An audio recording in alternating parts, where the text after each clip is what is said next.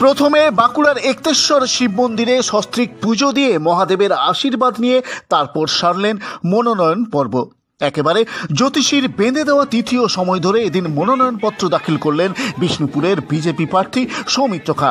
একতেশ্বর মন্দিরে পুজো দেওয়ার পর কর্মী ও সমর্থকদের সাথে মিছিল করে পৌঁছন তিনি।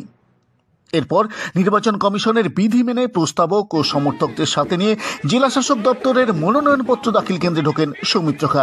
ঢোকার আগে সৌমিত্রবাবুর কপালে বিজয় তিলক এঁকে দেন দেশের বিদায়ী শিক্ষা প্রতিমন্ত্রী তথা বাঁকুড়া লোকসভা কেন্দ্রের বিজেপি প্রার্থী সুভাষ সরকার। সৌমিত্রবাবুর হাতে গীতা তুলে দিয়ে তিনি আশীর্বাদও করেন এদিন। একেবারে সাবেকি বাঙালি বেশে মনোনয়ন দাখিল করতে আসেন সৌমিত্র খা। পরনে ছিল বাসন্তী রঙের পাঞ্জাবি আর সাদা ধুতি, ধুতিতে ছিল বাসন্তী রঙের পাড় আর গলায় গেরুয়া উত্তরীয়। এদিন মনোনয়ন পর্বের আগাগোড়া তিনি ছিলেন ফুরফুরে মেজাজে। সাংবাদিকদের বলেন, জয়ের বিষয়ে তিনি 100% আশাবাদী। হাতে গীতা এবং বাঙালি ঘরানায় ধুতি পাঞ্জাবি পরে মনোনয়ন দাখিলের ব্যাখ্যাও দেন সৌমিত্রবাবু।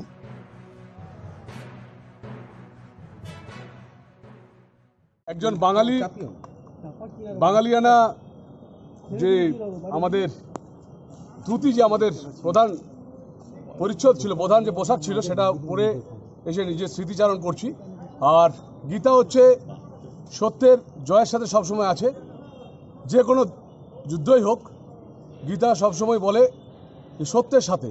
তাই আমাদের ভারতীয় জনতা পার্টি সত্যের সাথে ভারতবর্ষের কাজ করে চলেছেন। আমাদের দেশের প্রধানমন্ত্রী সত্যের সাথে কাজ করে চলেছেন। তাই গীতাকে প্রণাম করে আজকে নমিনেশন করতে এসেছি আমরা। প্রচার কিভাবে চলছে এই রৌদ্রকর্মে? প্রচার খুব আনন্দদায়কভাবে। দেখুন, একটা তো মানতে হবে, 5 বছরে 4টে ভোট হয়। তো যারা প্রতি বছর ভোট করে তাদের কাছে গরমটা একটু হলে কষ্ট হয়, ঠিক, কিন্তু ওটা সহ্য করার ক্ষমতা রাখে। এই বছর একটু বেশি। 100%।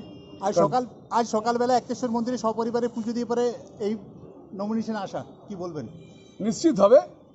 জীবন বড় বৈচিত্র্য, জীবনকে এগিয়ে নিয়ে যাওয়া কাজ। তো আমরা শুধু একটা কথাই বলবো, সত্যের জয় হবে, একদম সত্যের জয় হবে। ওআরএস আর রাস্তার যে কোনো জলই খাচ্ছি, পরিষ্কার কথা। ছেলে, আপনার যে আশাবাদীটা কেন আপনাকে পাবলিক বলছে 10খানা কাজ হয়েছে সেন্ট্রাল গভর্নমেন্টের। মোশাগ্রাম জয়নিং, বিরামবীর রেল ব্রিজ, বিষ্ণুপুর জয়রামবাটি রেলপথ 220 কোটি টাকা স্যাংশন, বিষ্ণুপুরে সানেশ্বর মন্দির, লিফট, এসকালেটার থেকে শুরু করে বড় বড় রোড, নতুন হাইওয়ে, সব জায়গায় কাজ হয়েছে। 10টা সেন্ট্রাল গভর্নমেন্টে কাজ হয়েছে এবং 17 কোটি টাকা আমার সাংসদ তহবিল কাজ হয়েছে। মানুষের সঙ্গে দেখেছি, তাই আশাবাদী। লক্ষ্মী ভান্ডারের চমকই নাকি আপনার যে বিরোধী রয়েছে, এইটা একটা বলি, মা লক্ষ্মীকে আমরা প্রণাম করি। মমতা দিদি লক্ষ্মী ভান্ডার করে সমস্ত সেলফ হেল্প গ্রুপের সমস্ত মহিলাদেরকে ঋণগ্রস্ত করে দিয়েছে। আমরা মানিকবাজারে দেখেছি, কারণ প্রত্যেকটা সমবায়ের থেকে সমস্ত মহিলাদের মমতা দিদি ঋণ করিয়ে দিয়েছে। এটা একটা বহুত রকম ঘেরাটোপ। এটা পরবর্তীকালে সবাই বুঝতে পারেন যে কত বড় বিপদ আমরা পড়তে চলেছি। মা বোনদেরকে বলবো সতর্ক থাকবেন, কারণ নিজের ছেলেমেয়েদের রোজগার করলে কেউ 1 লাখ, কেউ 2 লাখ বেতন পাবে, সেখানে 1000 টাকা নিশ্চয়ই নেবেন। আমাদের তো লিডাররা বলেছেন যে 3000 টাকা করে আমরা অন্নপূর্ণা ভান্ডার দেবো।